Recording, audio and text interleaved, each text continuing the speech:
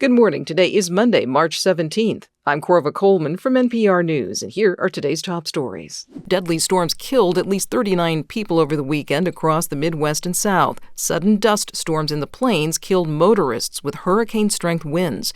NPR's Rylan Barton reports there was more volatile weather in the southeastern U.S. In the east side, on Friday and Saturday, the system dropped baseball-sized hail in some places, produced dozens of deadly tornadoes. Mississippi Governor Tate Reeves said that 6 people were killed in tornadoes there. Also, 12 people died in Missouri, where Governor Mike Cahoe said yesterday that hundreds of homes, schools, and businesses were destroyed or severely damaged. In Arkansas, the National Weather Service said that damage from 2 of the tornadoes there showed they were likely F4s. That's the second strongest class of tornadoes, with one of them estimated to have a peak wind of 170 miles an hour. NPR's Rylan Barton reporting.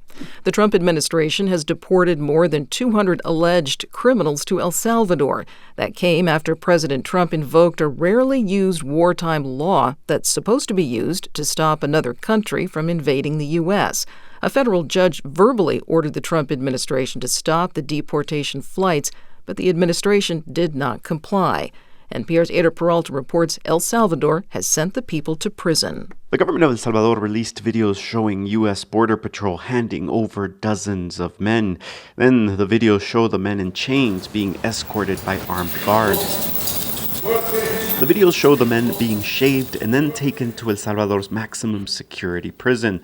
Salvadoran President Nayib Bukele said 238 of them were members of the Venezuelan gang Tren de Aragua, and another 23 were Salvadoran gang members. The U.S., he said, would pay a, quote, very low fee to keep them in prison for a year. A spokeswoman for the presidency told NPR they did not yet know whether these detainees had been convicted in the United States.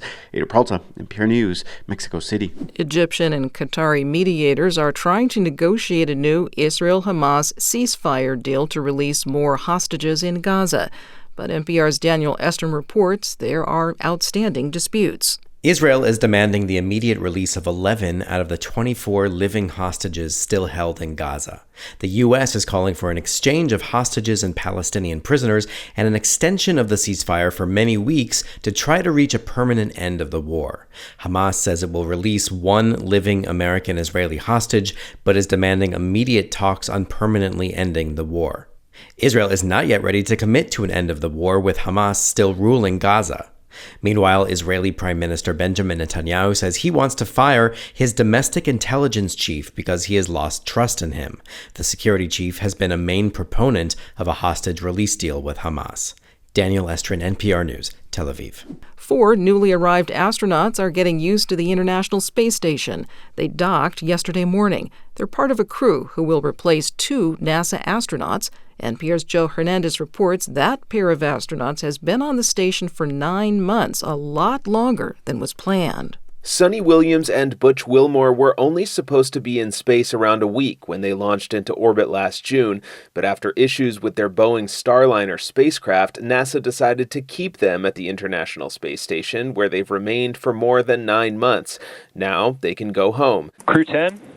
Welcome aboard the International Space Station. The replacement crew arrived at the ISS early Sunday morning and were greeted with hugs and smiles by Williams, Wilmore, and the other astronauts aboard the space station. Williams, Wilmore, another NASA astronaut, and a Russian cosmonaut are set to begin their journey back to Earth as soon as Wednesday. Joe Hernandez, NPR News. You're listening to NPR News from Washington.